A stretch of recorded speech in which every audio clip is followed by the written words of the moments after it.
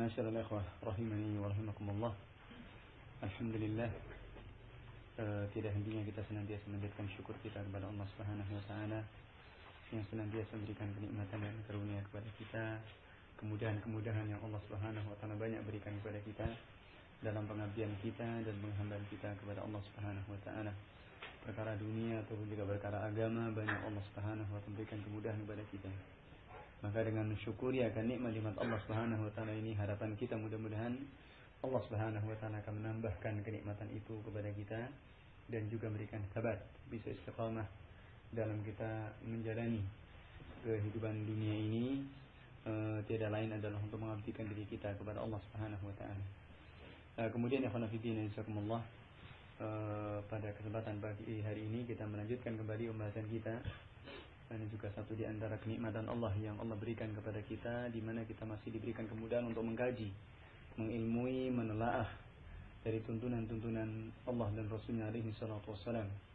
Satu kesempatan yang mestinya menjadi keharusan bagi kita, mengkaji dan mengilmui, dan merupakan kebutuhan bagi kita, melebihi kebutuhan kita kepada makan dan minum. Karena makan dan minum, kalau kemudian kita mungkin kurang, paling banter sakit, ya. Dan mungkin parah-parahnya ya kuburan, ya.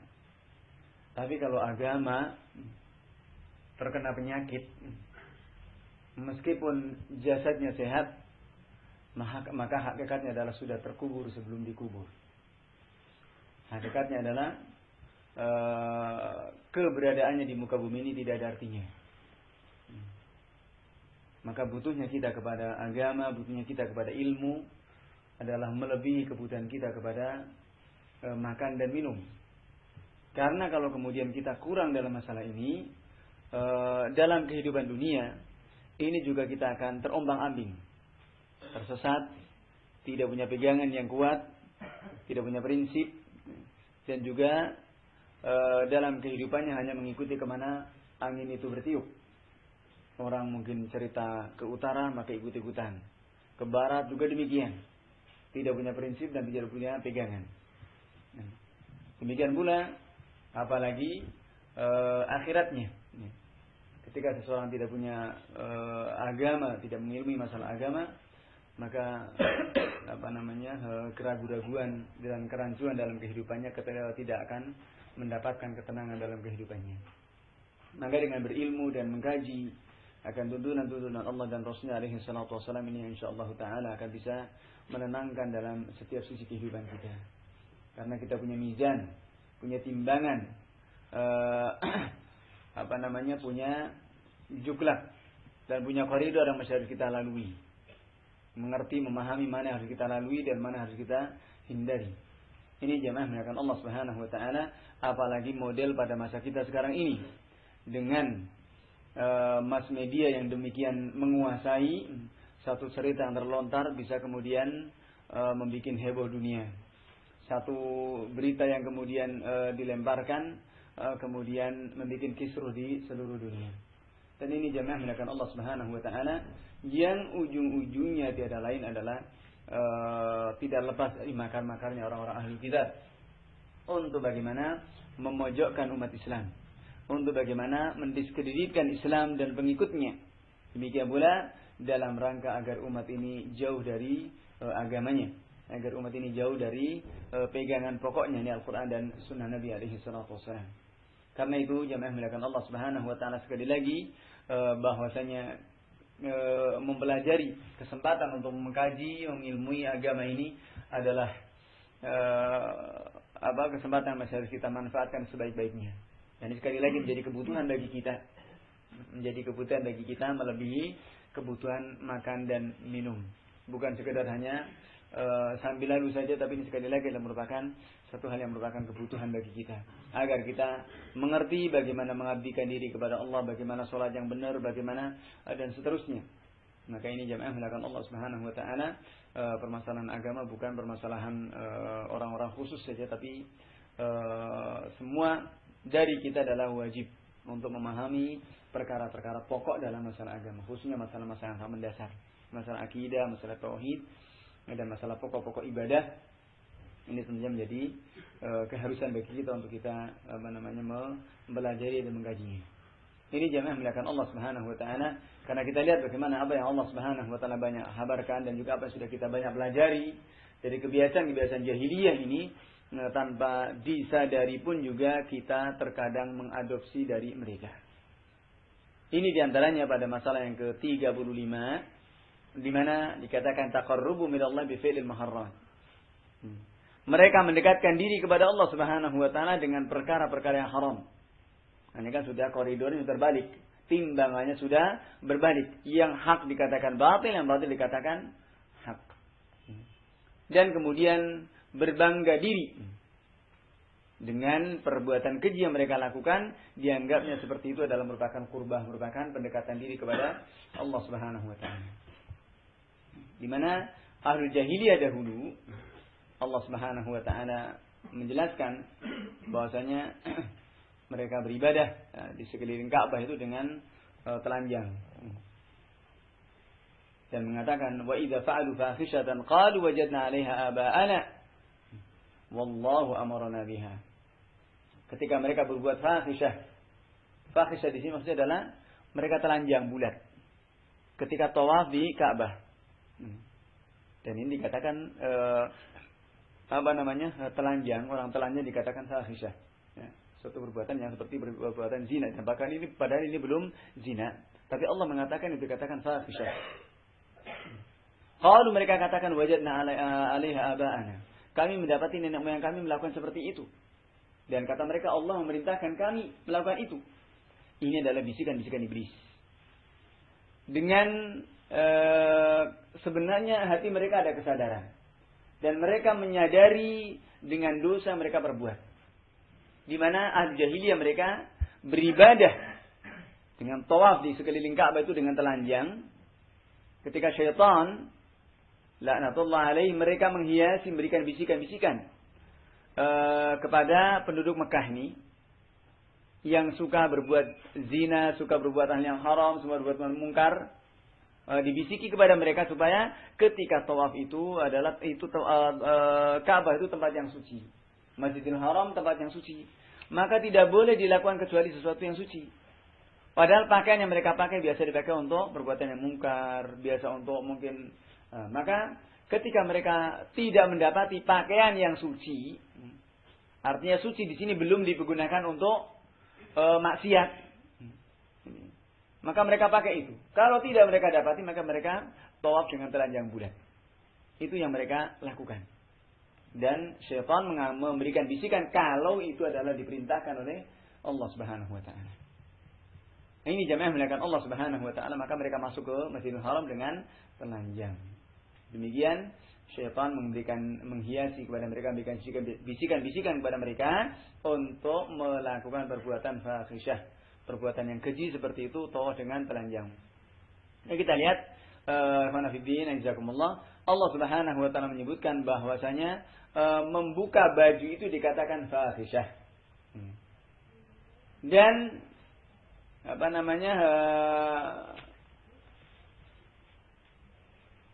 kemudian kita bandingkan dengan sekarang. Orang pun juga membuka bajunya sekarang ini pun juga sama.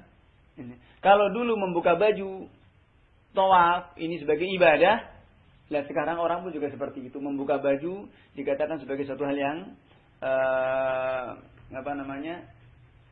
satu yang merupakan modis, ya, mode dan ngetren, modern dan kemajuan katanya. Nah, ini kita lihat seperti itu, dan ini maka ini adalah merupakan warisan-warisan jahiliyah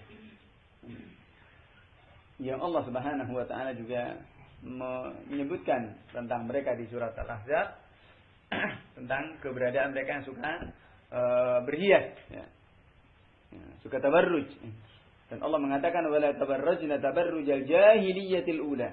Janganlah kalian bertabarruj seperti tabarrujnya orang-orang jahiliyah yang dahulu. Nah, maka sekarang ini pun juga sama. Orang keluar dengan telanjang seperti itu, dengan pakaian yang pakaian anaknya dipakai, pakaian yang ketat seperti itu, dengan Allah musta'an ya kurang kurang kain, padahal makmurnya luar biasa. Ini mengatakan orang yang kesumuan ini. Ini Allah musta'an, kita lihat dianggapnya seperti itu adalah satu hal yang modern, ya, satu hal yang ngetren. Maka ini jamaah mengatakan Allah Subhanahu wa taala ini hal-hal yang mesti menjadi renungan bagi kita. Betapa yang seperti itu sudah tidak ada perasaan, ya. Ketika orang seperti itu sudah tidak ada perasaan, bagi perempuannya yang seperti itu sudah tidak ada lagi perasaan. Maka kalau seperti ini sudah tidak ada perasaan lagi, ini perkara agamanya, akhlaknya sudah rusak, bejat kayak gitu, sudah tidak ada perasaan dan anggapannya adalah satu hal yang biasa, yang wajar, bahkan itu yang modern, katanya ngefan dan macam-macam, ya. Ini Allah musta'an. Maka apalagi sudah timbangannya? Maka mana agama? Mana Islam dan mana timbangan syariat? Karena itu Allah Subhanahu wa taala dalam ayat ini juga mengatakan qul innallaha, ketika mereka mengatakan kalau seperti itu diperintahkan oleh Allah, wallahu amarna biha, maka Allah mengatakan qul innallaha la ya'muru bil fahsya, katakanlah sesungguhnya Allah Subhanahu wa taala tidak memerintahkan untuk berbuat yang keji seperti itu. Ataquluna 'alallahi al-kadhib, apakah kalian berkata atas nama Allah Subhanahu wa taala dengan kedustaan? Maka ini akan fillah aizakumullah di surat Al-A'raf ayat yang ke-28, ini berturut-turut ya dengan ayat sebelumnya. Maka tidak ada ketentuannya, tidak ada syariatnya. Orang kemudian tawaf itu dengan membuka auratnya. Bahkan diperintahkan untuk menutupnya. Karena dalam membuka aurat ini tentunya adalah fitnah. Dan juga akan merupakan hantaran, ya, yang akan mengantarkan seseorang itu terjatuh ke dalam perbuatan-perbuatan dosa, baik itu dari sisi moralitas, khususnya dari sisi akhlak. Jaraim al-khuluqiyyah. Ya, ini merupakan kejahatan-kejahatan secara akhlak, dan itu sekarang ini pun juga sama kondisi dan keadaannya, Allah musta'an. Kemudian mereka mengatakan itu atas nama Allah Subhanahu wa taala. Dengan mengatakan seperti itu dengan tanpa ilmu. Maka sekarang ini pun juga sama. Betapa orang kemudian dengan akhlak Islam mulai asing. Anak-anak misalkan, ketika karena dibiasakan dengan penampilan yang seperti itu, penampilan orang yang kesumuan, ya. Maka ketika berkumpul dengan orang yang berkerudung atau mungkin dengan atribut-atribut Islam, merasa minder, bahkan merasa takut, bahkan merasa seperti itu. Padahal ini seorang muslim. Maka jamaah melakukan Allah Subhanahu wa taala, ini kondisi dan keadaan yang Allah Subhanahu wa taala membantah kepada mereka yang melakukan hal-hal yang seperti itu, dianggapnya sebagai satu hal yang biasa saja. Ini. Ketika mereka mengatakan wajadna 'alaiha aba'ana, kami dapati nenek moyang kami seperti itu. Nah, sekarang pun juga seperti kami dapati budaya masyarakat kami seperti itu, maka itu yang kami timbangannya tiada lagi adalah merupakan timbangan apa yang berjalan di masyarakatnya, tidak lagi ada timbangan syar'i. Maka ini tentunya adalah satu hal yang berbahaya. Karena apa? Timbangannya sudah berubah. Maka ini yang pertama. Kemudian kejahatan yang kedua, kerusakan yang kedua, yang lebih besar lagi, ketika mereka mengatakan wallahu amarna biha, Allah yang telah merintahkan kepada kami. Mereka berdusta atas nama Allah Subhanahu wa taala dengan tanpa ilmu. Maka Allah Subhanahu wa taala membantah. Maka kondisi seperti itu pun juga sekarang seperti itu. Orang-orang bertakarrub dengan berbagai alasan untuk untuk menghalalkan atau melegitimasi apa yang mereka lakukan dari kebejatan moral itu, maka kemudian mereka pun banyak berdalil. Pertama berdalil dengan itu masyarakat yang seperti itu. Kalau kemudian dirubah berarti akan merusak tatanan masyarakat katanya. Nah, satu sisi itu. Sisi yang lain kemudian mereka mengatakan bahasanya manusia itu kan diberikan kebebasan. Nah, dengan alasan kebebasan, kemudian mereka beranggapan bahwa apa yang mereka lakukan itu adalah sesuatu yang benar, yang bisa dibenarkan. Ini seperti itu. Maka sekarang ini pun juga kebejatan moral kayak apapun pun juga dibenarkan. Ini. Dikatakan itu adalah hak asasi manusia. Maka ini sudah tidak ada lagi timbangannya. Orang mau kafir, orang mau sekarang berbagai aliran, berbagai sekte yang ada pun juga ya biarkan saja mereka urusan mereka sendiri. Mana dakwah, mana amar ma'ruf nahi mungkar, dan mana kecemburuan dengan agama. Ini Allah musta'an. Maka ini satu permasalahan yang sangat berbahaya sekali. Ini berkata atas nama Allah dengan tanpa ilmu, kemudian juga bersikap-sikap dengan sikap-sikap yang seperti ini.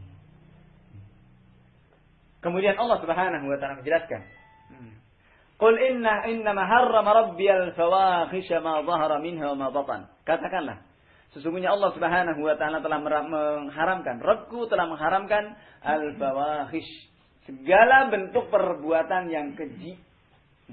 Ma dhahara minha ma batan, yang nampak ataupun yang tersembunyi. Segala perbuatan yang keji, yang namanya perbuatan fahisha, ini berbagai bentuk. Bisa berzina, bisa hal-hal yang mengantarkan kepada perzinaan, dari membuka auratnya, dari berbagai hal yang itu akan mengantarkan kepada perzinaan, maka ini termasuk dari perbuatan fahisyah. Demikian pula dari berbagai tingkah seksual yang rusak, ya, dari terjadinya syuzuz jinsi, penyimpangan dalam masalah seksual, ini pun juga orang menganggapnya satu hal yang biasa. Maka jemaah melakukan Allah Subhanahu wa taala, sekali lagi seperti itu sudah tidak ada kecemburuan lagi, sudah tidak ada moralnya, sudah naudzubillah summa naudzubillah. Maka jemaah melakukan Allah Subhanahu wa taala, ini yang Allah Subhanahu wa taala menjelaskan kepada kita. Allah Subhanahu wa taala telah mengharamkan segala bentuk perbuatan fahisyah, segala bentuk perbuatan yang keji, yang nampak ataupun yang tidak nampak. Dan yang namanya fahisyah ini adalah segala bentuk kemaksiatan yang dilarang fil qubah, karena buruknya, karena kotornya. Di antaranya termasuk juga kashful aurah, termasuk juga membuka aurat. Membuka aurat ini. Ma dhahara minha wa ma batan. Yang nampak di hadapan manusia sekarang ini banyak, yang nampak di hadapan manusia dan dianggapnya sebagai satu hal yang biasa, wa ma batan, atau yang tersembunyi yang dilakukan oleh manusia antara dia dengan Allah Subhanahu wa taala di tempat yang manusia tidak mengetahuinya. Maka ini Allah Subhanahu wa taala mengharamkannya. Dalam ayat ini juga ada ibrah bahwasanya Allah Subhanahu wa taala Maha tahu apa yang nampak kita lakukan di hadapan manusia dan juga apa yang tersembunyi. Untuk kita senantiasa muraqabah, mengawasi diri kita dengan apa yang kita lakukan. Ini ma'asyiral ikhwah rahimani wa rahimakumullah, masalah-masalah yang tentunya menjadi perhatian bagi kita. Qala wa an tusyriku billahi ma lam yunazzil bihi sultana. Dan supaya kalian jangan menyekutukan Allah Subhanahu wa taala ma lam yunazzil bihi sultana, apa yang Allah Subhanahu wa taala tidak pernah menurunkannya. Apa yang Allah Subhanahu wa taala tidak pernah memerintahkannya. Maka ini merupakan hujjah bahwasanya Allah Subhanahu wa taala tidak pernah menurunkan kepada ahli syirik hujjah atau alasan atau bukti kepada mereka untuk membenarkan, melegitimasi dari tingkah mereka. Sama sekali Allah Subhanahu wa taala tidak pernah merekomendasikannya. Adapun syirik ini maka sesungguhnya Allah Subhanahu wa taala telah melarangnya. Bahkan ini satu dosa yang sangat berbahaya dan paling besar. Dan Allah Subhanahu wa taala tidak akan mengampuninya kalau seseorang itu sampai mati tidak bertaubat dari kesyirikannya ini. Jangan melakukan Allah Subhanahu wa taala sementara orang dengan yang namanya syirik ini diuri-uri, dilestarikan. Sebagai satu budaya, sebagai satu kebiasaan masyarakat, sebagai satu tatanan yang kata mereka, orang sudah tenang kok dibikin ribut, orang sudah tenang kok dilarang-larang, orang sudah ikhlas seperti itu kok sudah seperti itu. Maka kemudian orang-orang yang mau mengingatkan seperti itu, oh ini Wahabi katanya. Dikit-dikit Wahabi, dan sekarang ini kata Wahabi diangkat lagi. Sedang diangkat lagi sekarang ini. Dan sedang ramai sekarang polemik tentang istilah Wahabi ini. Ini yang tiada lain adalah mau dilemparkan kepada ahli tauhid. Orang-orang mau konsisten dengan perkara agama dikatakan itu adalah Wahabi. Maka ini mass media pun juga sudah punya peranan sangat besar. Ya, punya peranan yang sangat besar ini. Dan juga orang-orang yang punya kepentingan dengan Barat atau orang-orang yang bekerja untuk kepentingan Barat. Dan ini tidak banyak tidak sedikit dari abnaul muslimin, ya. Anak-anak Islam notabene-nya dia tanpa adalah seorang muslim, tapi Allah musta'an adalah tiada lain bekerja untuk Barat. Melakukan seperti itu adalah untuk menguatkan dan mengokohkan daripada apa yang mereka lontarkan dari orang-orang Barat. Warasimul Yahud. Ya, jadi orang-orang Yahudi yang mereka memang menginginkan seperti itu, supaya umat Islam itu tidak perhatian dengan agamanya, menjauh dari agamanya, dan supaya mereka bentrok sendiri di antara mereka, di antara kaum muslimin. Ya. Sekarang ini yang lagi rame, ya. Rame sekali, dan ya, orang-orang pelin-pelan seperti itu. Seperti yang sekarang ini lagi diangkat sama Said Agil Siraj, ya. BNU itu. Ini juga habis-habisan sekarang ini. Padahal dulu juga dia pelin-pelan, dulu mengatakan Wahabi ya biarkan saja, sampai ditentang sendiri oleh kelompoknya mereka. Sekarang lain lagi. Seperti itulah kita lihat bagaimana pentas yang ada di hadapan kita, orang-orang yang tidak punya prinsip, orang-orang yang tidak punya agama, orang-orang yang sudah timbangannya itu sudah berbalik. Allahumma musta'an. Maka ini satu hal menjadi renungan bagi kita, jangan sampai kita kemudian terbawa dengan angin yang bertiup berderas seperti itu. Memang umat Islam seperti itu kondisinya. Bagaimana sabda Nabi SAW di akhir zaman? Rasulullah mengatakan, tada'alaikumul umam kama tada'al akalatu ila qas'atiha. Umat itu akan berebut, mengerumuni kalian, menyerang kepada kalian.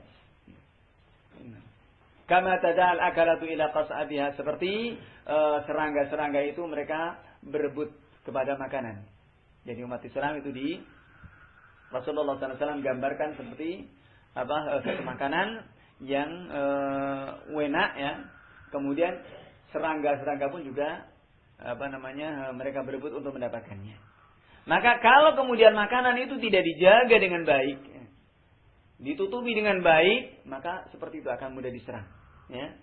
Karena mereka ini serangga, ya. Rasulullah SAW menyebutkannya, mereka tak ubahnya adalah seperti lalat, ya, seperti nyamuk, seperti semut, yang sebenarnya binatang-binatang tafih, yang tidak ada nilainya sama sekali, tapi mereka punya pengaruh. Kemudian para sahabat bertanya, awamin qillatin nahnu yaumaidin ya Rasulullah, apakah jumlah kita ketika itu sedikit wahai Rasulullah, sampai orang lain berani seperti itu? Kemudian Rasulullah SAW mengatakan, la walakinnakum kutsur, bahkan jumlah kalian besar, banyak. Bal innakum kutsur, jadi bahkan jumlah kalian itu sangat banyak. Walakinnakum hutha ka hutha'is sayl, hanya saja kalian itu seperti buih yang terbawa banjir. Artinya namanya buih. Umat Islam kualitasnya seperti buih ini. Kualitasnya seperti buih. Yang kita tahu apa itu buih. Ya. Kebawa angin sudah hilang. Ya. Yang tidak punya pegangan sama sekali kecuali kemana air itu mengalir. Dan juga keropos, tidak punya apa-apa, tidak punya kekuatan. Ini Rasulullah SAW mengkhabarkan kepada kita akan kondisi dan keadaan umat Islam di akhir zaman sepeninggal beliau alaihi salatu wassalam. Maka seperti ini tentunya mengkhawatirkan bagi kita. Akankah kita termasuk dari ghutha tadi, orang-orang termasuk seperti buih tadi, yang tidak punya nilainya, tidak ada nilai sama sekali. Ini namanya buih. Apa artinya buih ini? Meskipun menggunung, nampaknya kayak menggunung banyak sekali, ya. Biasanya kan gitu, kalau buih kelihatan bertumpuk tinggi sekali. Ketika itu misalkan di biasanya kalau pas numpuk banyak itu di aliran air ini. Ketika di bendungan atau biasanya seperti itu, ngumpul banyak tapi sama sekali tidak ada nilainya. Dan ini Rasulullah SAW menggambarkan kondisi dan keadaan umat ini adalah ghutha. Maka ini jamaah melakukan Allah Subhanahu wa taala menjadikan koreksi bagi kita. Akankah kita termasuk dari ghuzat tadi yang kemudian ikut andil mengeroposkan kondisi keadaan umat Islam dan juga kemudian menguatkan kepada kondisi dan keadaan orang-orang musuh-musuh Islam. Allah musta'an. Maka ini yang terjadi sekarang ini. Hanya ikut-ikutan saja apa yang diteriaki orang. Kemudian takutnya luar biasa kalau kemudian dikatakan Wahabi, dikatakan ini. Karena orang seperti itu tidak punya prinsip. Ya. Seperti hanya karena kekhawatiran saja. Dan tidak takut kepada hukuman Allah Subhanahu wa taala. Orang-orang seperti ini adalah orang-orang seperti yang dikatakan oleh Allah Subhanahu wa taala yang wa minan nasi may yaqulu amanna. Di antara manusia ada yang mengatakan amanna, kami beriman. Fa idza udhiya fillahi ja'ala fitnatan nasi ka'adabillah. Ketika mereka diuji, ya, mereka diuji karena Allah Subhanahu wa taala karena dia komitmen dengan agamanya. Ketika mau konsisten dengan agamanya dikatakan wah ini so alim ini, wah sudah mulai macam-macam. Ketika dianggapnya omongan-omongan manusia yang seperti itu seperti siksaan Allah Subhanahu wa taala. Tentunya tidak ada artinya omongan manusia, siksaan manusia seberat apapun tidaklah lebih berat daripada siksaan, adalah sangat ringan manakala dibandingkan dengan hukuman dan siksaan Allah Subhanahu wa taala. Dia akan sama. Namun seperti itu yang Allah kabarkan bahwasanya sebagian manusia seperti itu ketika mengatakan amanna, mereka mengatakan amanna fa idza udhiya fillah, ketika diuji dengan perkataannya itu ja'ala fitnatan nasi ka'adabillah, menjadikan fitnahnya manusia itu seakan-akan seperti siksaan Allah Subhanahu wa taala. Maka hendaknya seperti ini adalah kita mesti waspada, hati-hati dari orang-orang yang atau juga jangan sampai kita kemudian termasuk dari orang-orang seperti ini. Nasallallahu alaihi wasallam. Dan kita lebih bersabar untuk kita sabar dan istiqamah di atas tuntunan-tuntunan Allah Subhanahu wa taala. Qala wa an taqulu 'ala Allahi ma la ta'lamun, di surat Al-A'raf ayat yang ke-33, ya. Mereka berkata atas nama Allah Subhanahu wa taala sesuatu yang mereka tidak mengetahuinya. Maka berkata atas nama Allah dengan tanpa ilmu itu dikatakan lebih besar daripada syirik, ya. Berkata atas nama Allah Subhanahu wa taala dengan tanpa ilmu ini lebih besar daripada syirik.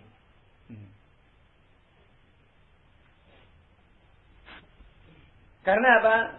Karena tentunya banyak hal. Berkata atas nama Allah dengan tanpa ilmu menyandarkan. Ya? Karena seperti ini bahkan dikatakan lebih besar dari syirik. Karena apa? Orang-orang yang seperti ini hakikatnya mensejajarkan dirinya dengan Allah Subhanahu wa taala. Karena dia membuat syariat, membuat satu ketentuan-ketentuan yang tidak pernah disyariatkan oleh Allah Subhanahu wa taala. Jadi ini yang dikatakan oleh Imam Syafi'i rahimahullahu taala, "Wa man istahsana faqad syara'a." Siapa yang menganggap baik satu perbuatan, maka sungguh dia telah membuat syariat. Dan yang berarti ketika seseorang itu mau berani membuat syariat, berarti mengangkat dirinya sebagai ilah. Karena yang membuat syariat hanyalah Allah Subhanahu wa taala. Berarti menjadikan dirinya sebagai sekutu dari Allah Subhanahu wa taala. Maka ini lebih besar daripada syirik. Kalau syirik itu kan menganggap ada yang bisa jadi sesuatu yang dijadikan sebagai tandingan bagi Allah Subhanahu wa taala. Tapi kalau kemudian berkata atas nama dengan tanpa ilmu, maka mengangkat dirinya sebagai tandingan bagi Allah Subhanahu wa taala, sebagai sekutu bagi Allah Subhanahu wa taala. Ini lebih besar. Ini masalahnya. Maka Allah Subhanahu wa taala menegaskan dalam ayat ini bahwasanya wa an taqulu 'ala Allahi ma la ta'lam, berkata atas nama Allah dengan tanpa ilmu ini bahaya lebih besar daripada syirik. Katakan al-qaulu 'ala Allahi bila ilmin a'zamu min asy-syirk. Berkata atas nama Allah dengan tanpa ilmu itu lebih besar daripada syirik. Karena kasusnya seperti itu. Orang syirik kenapa lebih besar? Karena orang yang berbuat kesyirikan, artinya menganggap orang lain atau menganggap batu, kuburan, para nabi, orang soleh, malaikat itu sebagai sekutu bagi Allah Subhanahu wa taala. Tapi ketika seseorang berkata atas nama Allah dengan tanpa ilmu, hakikatnya menjadikan dirinya adalah sebagai tandingan. Sebagai sekutu bagi Allah Subhanahu wa taala. Maka termasuk dari hal seperti itu adalah ucapan mereka mengatakan bahasanya orang-orang jahiliyah mengatakan bahwasanya Allah memerintahkan kami untuk membuka aurat. Maka kondisinya pun sama dengan orang sekarang ini, khawatir seperti itu. Allah kita berbuat seperti ini karena ya seperti itu. Dianggapnya satu hal yang biasa, satu hal yang ini. Ternyata Allah juga tidak menyiksa kami, Allah juga tidak dianggap seperti itu. Aman-aman saja.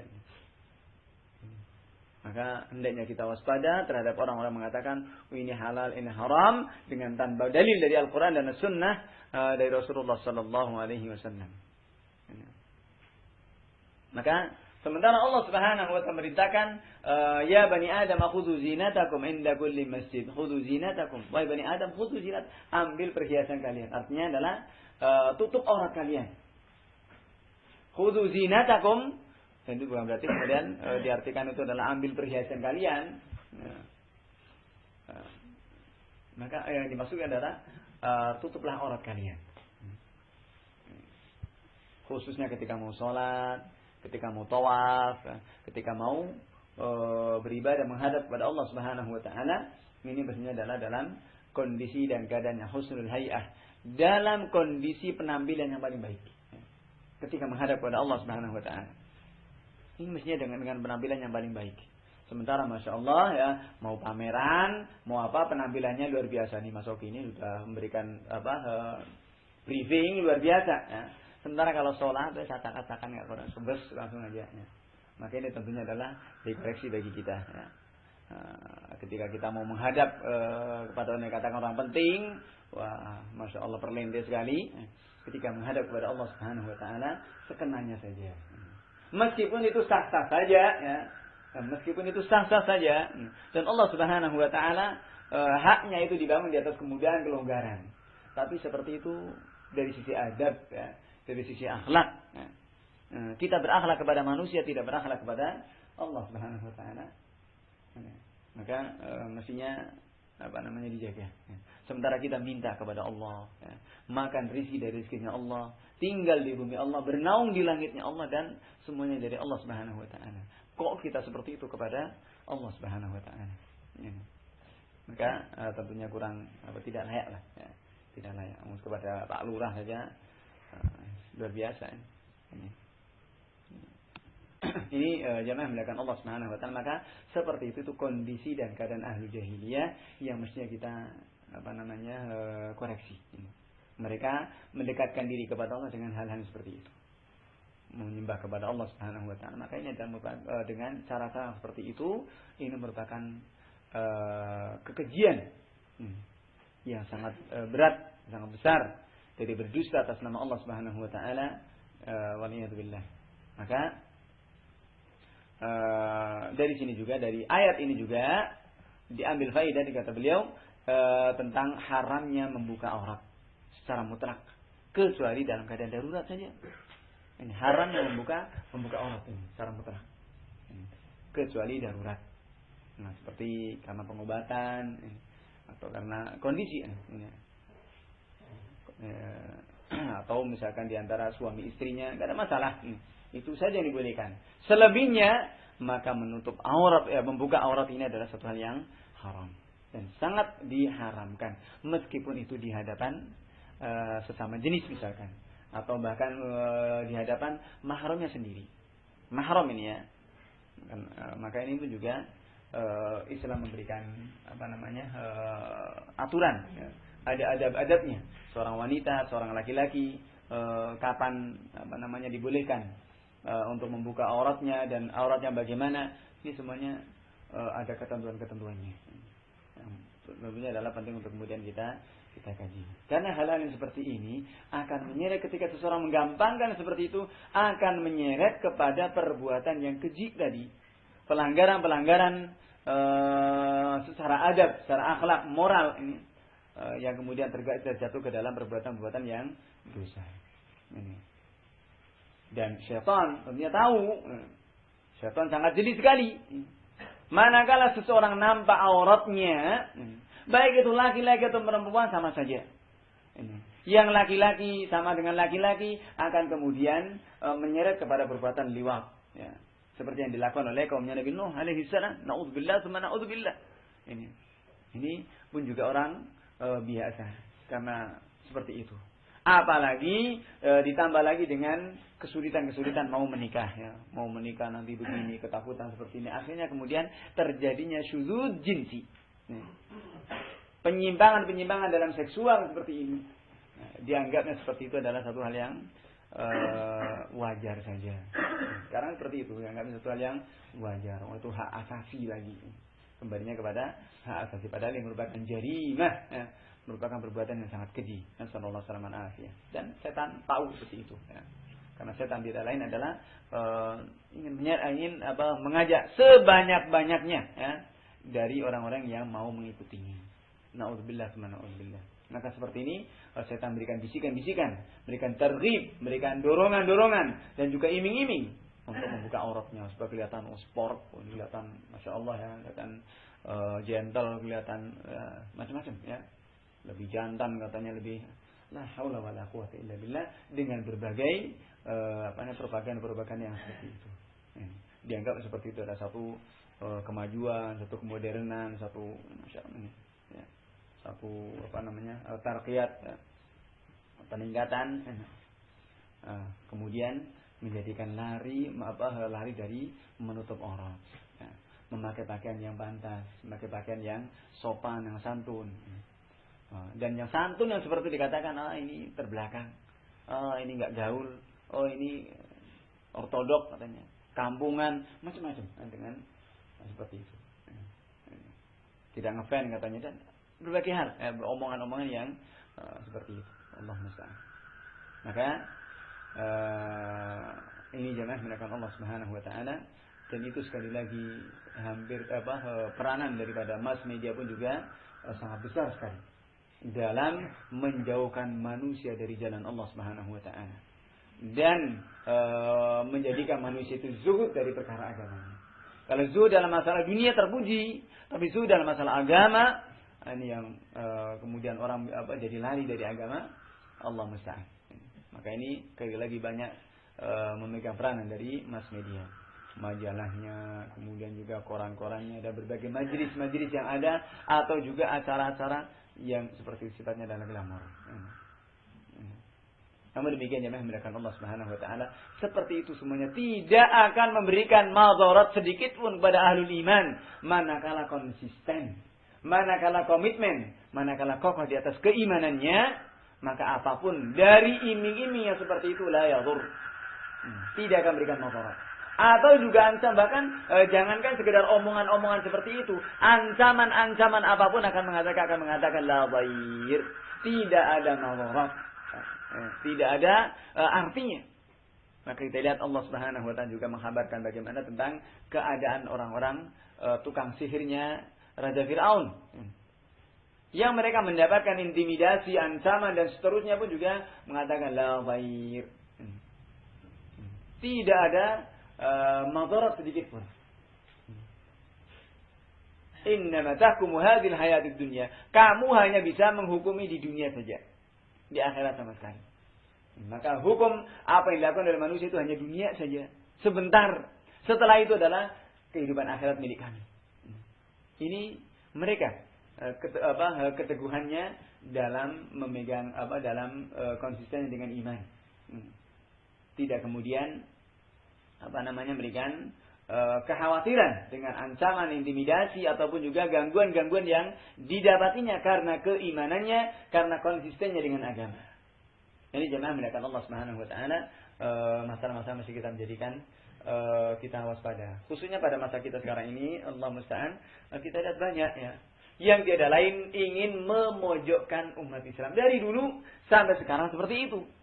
Dan ini tentunya adalah tidak pernah lepas dari orang-orang Yahudi pada khususnya, Ahlul Kitab, yang mereka merupakan biang dari kerusakan-kerusakan pada umat ini, adalah dari mereka. Maka hendaknya kita waspada, kita peka dengan hal yang seperti itu, dan kemudian kita terbawa dengan hal yang ada. Dan sekarang mereka pun juga masuk dalam semua ini, segala cara mereka lakukan dalam rangka untuk tasykik, meragukan keimanan seorang muslim dengan via SMS, dengan berbagai acara di mass media dan macam-macam. Ini pun juga mereka lakukan itu. hendaknya kita seperti itu, tidak perlu untuk kemudian kita mempedulikan diri. Tidak perlu untuk kemudian seperti itu menjadikan kita gundah. Mereka berani seperti itu, ini mestinya harus menjawab kembalinya kepada kita. Mereka semakin berani, tiada lain adalah karena nilai keimanan kita itu sudah mulai berkurang. Ya. Beraninya orang-orang kafir terhadap kaum muslimin bukan karena kekuatan yang mereka miliki, tapi karena kelemahan iman yang ada pada umat Islam. Ya Rasulullah SAW yang katakan, Huza Isail. Dikatakan seperti buih. Coba kalau kemudian umat Islam itu dia dikatakan seperti gelombang. Seperti gelombang itu sendiri tidak akan berani. Orang akan takut. Serangga kan tidak akan lari. Mereka akan lari. Akan menjauh, tidak akan berani. Tapi ketika huza, maka pun juga mereka akan semakin berani. Sekedar huza saja kok. Hanya huza saja. Tinggal tambangnya saja isinya adalah keropos. Hakikatnya adalah tidak ada kekuatan sama sekali. Maka ini qanafiddin azakumullah, satu yang menjadi koreksi bagi kita agar kita senantiasa waspada dengan hal-hal yang seperti ini. Sekali lagi sekarang ini banyak sekali ya, dari media-media sekarang ini tiada lain adalah upaya untuk bagaimana mendiskreditkan umat Islam. Apalagi sekarang dengan underbownya orang-orang Yahudi ini sudah mulai bertingkah.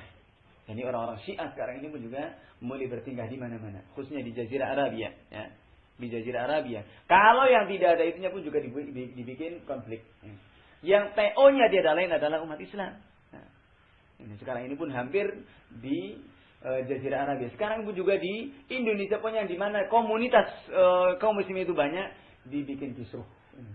Nah, sekarang di Jazirah Arabia, Syam, ya, dari Syamnya setelah berhasil Syam, Lebanon, kemudian Yaman, Bahrain, ya. Saudi pun juga di pinggiran-pinggiran sudah mulai unjuk gigi. Dan di Indonesia pun juga seperti itu.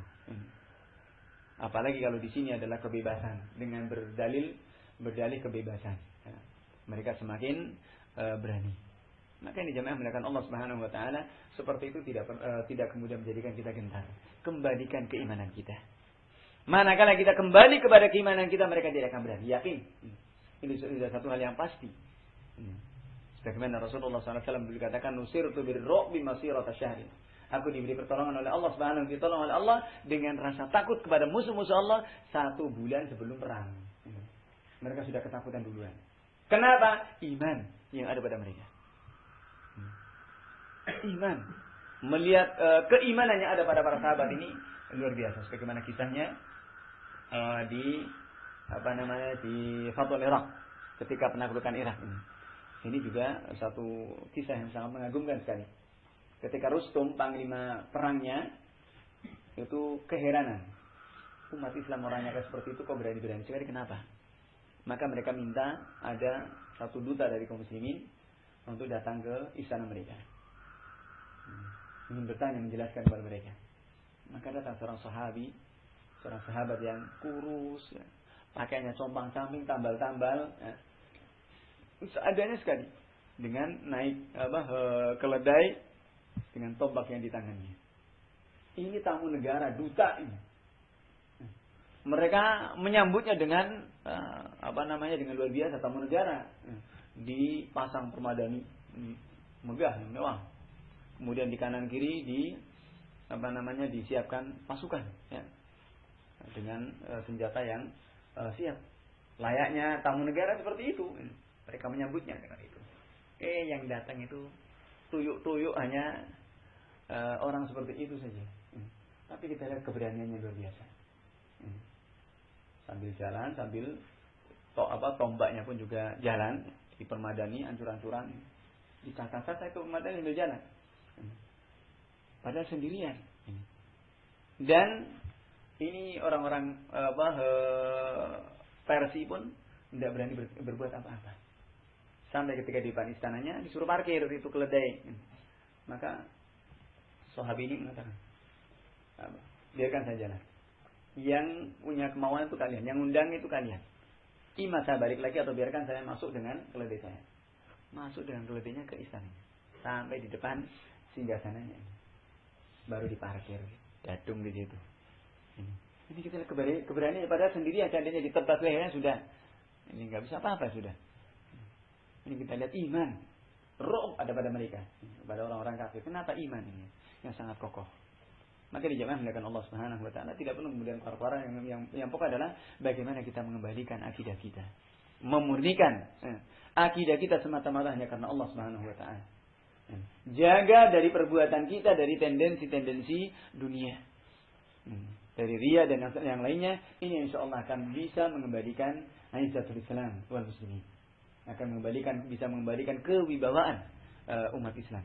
Manakala kita kembali kepada agama kita.